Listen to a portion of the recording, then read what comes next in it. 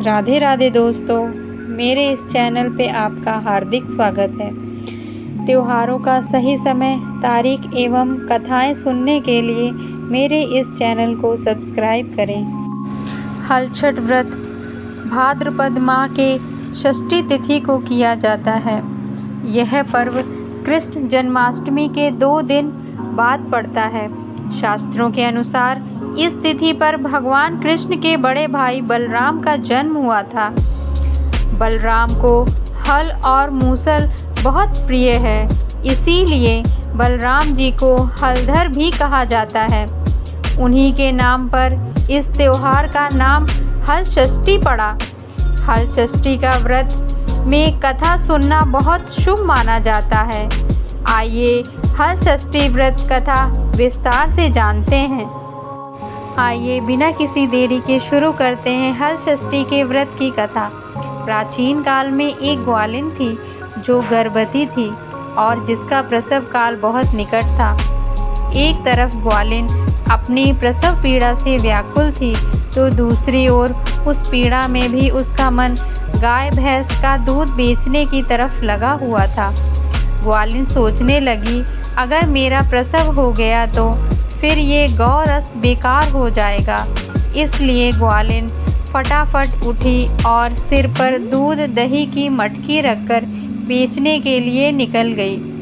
रास्ते में वह किसी झरबेरी की ओट में चली गई और वहाँ जहाँ उसने एक पुत्र को जन्म दिया। बच्चे को जन्म देने के बाद भी उसका मन दूध दही आदि चीज़ों के बेचने में लगा हुआ था, तो वह बच्चे को वही कपड़े में लपेटकर छोड़कर चली गई और गांवों की ओर दूध दही बेचने चल दी।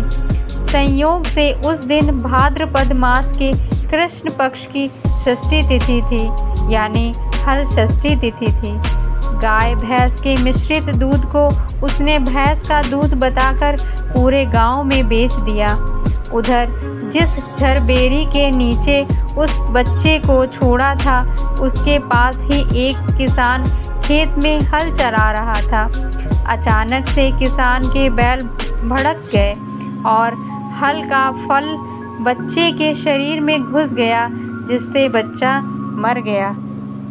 मरे हुए बच्चे को देखकर किसान बहुत दुखी हुआ और उसने हिम्मत से काम लेकर उसी झरबेरी के कांटों से ही बच्चे को टाँके लगा दिए और वहीं छोड़कर चला गया। जब ग्वालिन सारा दूध दही बेचकर अपने बच्चे के पास आई तो बच्चे को मरा हुआ देखा। बच्चे को इस अवस्था में देखकर वह समझ गई कि यह सब उसके पाप की ही सज़ा है। मन ही मन अपने आप को कोसने लगी कि अगर असत्य बोलकर दूध न बेचा होता और गाँवों की महिलाओं का धर्म भ्रष्ट न किया होता तो मेरे बच्चे की यह दशा न होती।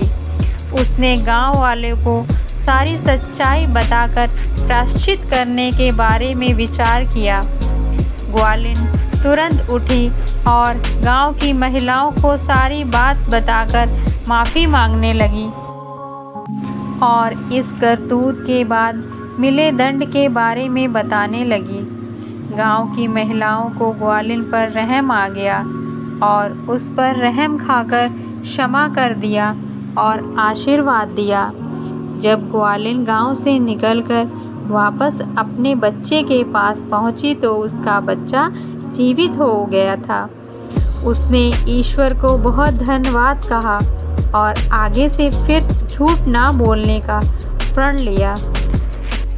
हे ईश्वर, इस कथा को सुनने वाली हर महिलाओं के संतानों पे कृपा करें, उनकी दीर्घायु करें। अगर मेरी यह कथा आपको अच्छी लगी हो तो मेरे इस चैनल को सब्सक्राइब करें। राधे राधे।